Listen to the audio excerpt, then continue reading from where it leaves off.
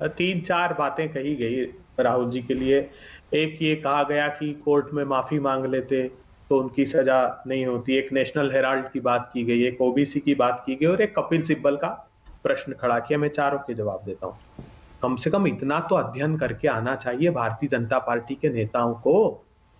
न्यायाधीश ने सजा सुनाने के बाद कहा राहुल गांधी जी को कि आप कुछ कहना चाहते हैं क्या अपने पक्ष में। तब राहुल गांधी जी ने कहा कि ना दया की याचना करता हूं ना माफी चाहता हूं।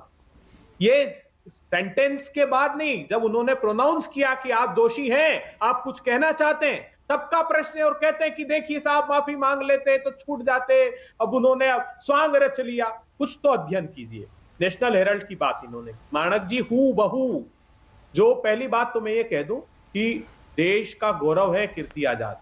हम एक महान क्रिकेट प्लेयर रहे और उनके प्रति असम्मान व्यक्त नहीं करना चाहिए पैनल में, चाहे कोई भी हो। दूसरी बात मैं कहता हूं, नेशनल हेराल्ड में हू बहू यही हुआ है जो गुजरात की ट्रायल कोर्ट में हू बहू क्या हुआ है जानते हैं आप? ये देखिए 2 साल हो गए, हाई कोर्ट से स्टे ले रखा है। और क्या कह रहा है ट्रायल कोर्ट का जज समीर विशाल? ये कह रहा है this is not serving any purpose but it is in fact delaying the trial. वो कह रहा है कि पहला जो प्रोसिक्यूशन एविडेंस पे था 20 फरवरी 2016 को लगा था, तारीख पे तारीख ले रहे हैं। क्यों? क्योंकि इनको पता है कि ट्रायल कोर्ट ने ये कई बार पिकिंग ऑर्डर में कहा है कि एविडेंसेस लाइए और प्रोसिक्यूशन एविडेंस पे आइए। है नहीं एविडेंस तो स्टे लेकर रखा है। सेम मोडस ऑपरेंडी है इनकी, हर जगह यही करते हैं। जो बात कपिल सिब्बल जी के लिए कही संगीत रागी जी, अभी कई न्यायिक संस्थाओं ने चिट्ठी लिखी है और ये बात बहुत प्रामाणिक रूप से कह रहा हूं कि आर्टिकल 103 कोई सर्वोच्च अदालत का निर्णय, कोई इलेक्शन कमीशन ऑफ इंडिया, कोई सरकार संविधान के ऊपर नहीं हो सकती। जब तक आर्टिकल 103 में आप अमेंडमेंट नहीं करोगे तब तक वो अधिकार राष्ट्रपति जी के पास ही है। अयोग्यता का विनिश्चय राष्ट्रपति जी को ही करना है कंसल्टेशन के साथ। इनको तकलीफ क्या हुई?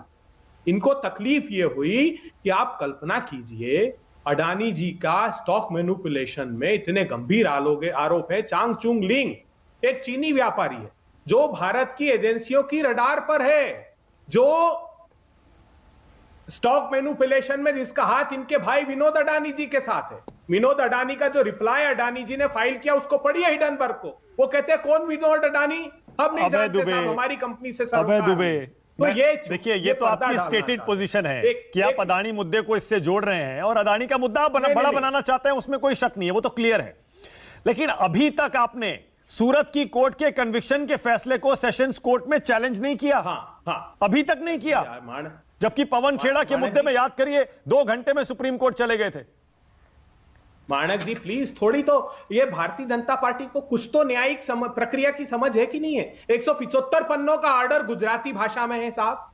आप क्या सोचते हैं गुजराती भाषा में हमारे अभिषेक मनु सिंघवी जी ऑर्डर लेकर जाए और दलील करने लग जाए? क्या बात करते हैं आप? उसका प्रॉपरली ट्रांसलेशन किया जा रहा है उस फैसले को समझकर, क्योंकि यहाँ कन्विक्शन के स्टे का प्रश्न या सेंटेंस के स्टे का प्रश्न नहीं है। जब देश के प्रधानमंत्री जी, मैं क्यों कह रहा हूं, जब देश के प्रधानमंत्री जी कह रहे थे ना कि आपदा में अवसर ढूंढना है साथियों, कोविड का क्राइसिस, महामारी की विभीषिका, जब एक के बाद एक किसानोन के 3 काले कानून लाए, जब क्या हुआ है देश को जानना चाहिए। जब इस स्टॉक मैनिपुलेशन से अडानी ग्रीन एनर्जी 6823% की ग्रोथ करती है, अडानी इंटरप्राइजेज 2500% की ग्रोथ करती है, अडानी ट्रांसमिशन 1200% की ग्रोथ, अडानी टोटल गैस 897% की। ओके राजीव जेटली, सेबी को, राजीव जेटली बड़ा क्लियर है, एकदम क्लियर है। राजीव जेटली, अदानी का मुद्दा बड़ा बनने जा रहा है। पूरे विपक्ष ने कमर कस ली है, खासतौर से कांग्रेस पार्टी ने, टीएमसी भी साथ आ गई है, सारे दल एक साथ हैं। अदानी का मुद्दा बड़ा बना, आप तैयार हैं? मानक भाई, ये तो मुझे लगता है कि इसी डिबेट में कीर्ति आजाद जी को एक मैसेज मिल गया। वो मैसेज ये मिल गया कि अभी थोड़ी देर पहले जब हमने डिबेट शुरू करी थी तो मैंने कहा था कि न्यायालय ने कहा था राहुल गांधी जी से माफी मांग ले, और जो ये सड़कों पर उतरे हैं वो इस बात के लिए उतरेंगे हम माफी में नहीं मांगेंगे। अभय दुबे जी ने तो एक नया खुलासा कर दिया यहाँ पर और ये बता दिया कि राहुल गांधी जी तो तैयार थे इस बात के लिए, लेकिन पेनेंस हो चुका था इसलिए नहीं कर पाए।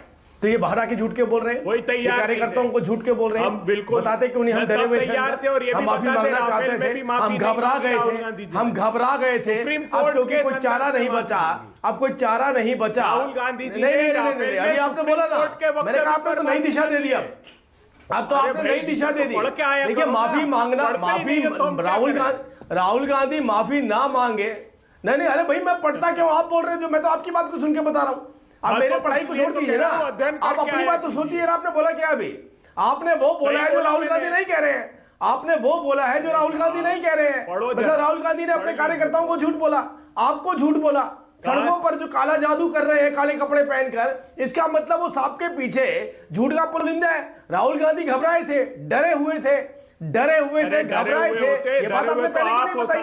ये बात पहले अपने अलायंस पार्टनर को नहीं बताई। संसद में आएंगे तो नहीं, आपने अपने अलायंस पार्टनर को नहीं बताई कि हमने तो लाश भी रगड़ी थी, हम तो गिड़गिड़ाए भी थे, हम तो माफी भी मांगना चाहते थे, हम तो माफी भी मांगना चाहते थे। जब कोई चारा नहीं मिला, जब कोई चारा नहीं मिला तो बाहर आके अपने आप को कभी हिरन बता रहे, कभी गीदड़ बता रहे, कभी शेर बता रहे, कभी टाइगर, कभी लायन, अरे बाहर आके बता रहे हैं। पर राजीव जेटली, मैंने मेरा सवाल का जवाब तो दे दीजिए। अदानी मुद्दे पर 24 का चुनाव लड़ने को आप तैयार हैं क्या? अगर इसी मुद्दे पर नैरेटिव बनता रहा अगले 1 साल तक, आप तैयार हैं? नहीं, ये देखिए, एक जो बिजनेस हब है, वो अडानी हो, टाटा हो, अंबानी हो, वो बिरला हो या कोई भी हो, ये मुद्दा कौन सा, किस बात का मुद्दा है? हम तो चुनाव जनता के साथ लड़ते हैं, जनता के मुद्दों पर चुनाव लड़ते हैं, जनता हमें मैंडेट देती है। आप मुद्दे उठाते रहिए, कोई भी आप मुद्दे उठाए। आप बताइए, आप अशोक गहलोत जी से पूछिए क्या अडानी मुद्दे पर चुनाव लड़ेंगे आप राजस्थान में? पूछिए ना आप छत्तीसगढ़ के अंदर जाकर रमन से, उनसे, अपने बघेल साहब से, क्या आप लड़ेंगे अडानी मुद्दे के ऊपर? अरे वो आपका साथ ही नहीं दे रहे, उन्हें मालूम है राहुल गांधी जी की राजनीति के चक्कर में मैं अपने प्रदेश को थोड़ी पीछे ले जाऊंगा। जो इन्वेस्टमेंट मुझे आ रही है वो इन्वेस्टमेंट मैं अपने प्रदेश में नहीं करूंगा। क्या ये ममता बनर्जी कह सकती हैं? भाई हम सब बोलिए कीर्ति आजाद।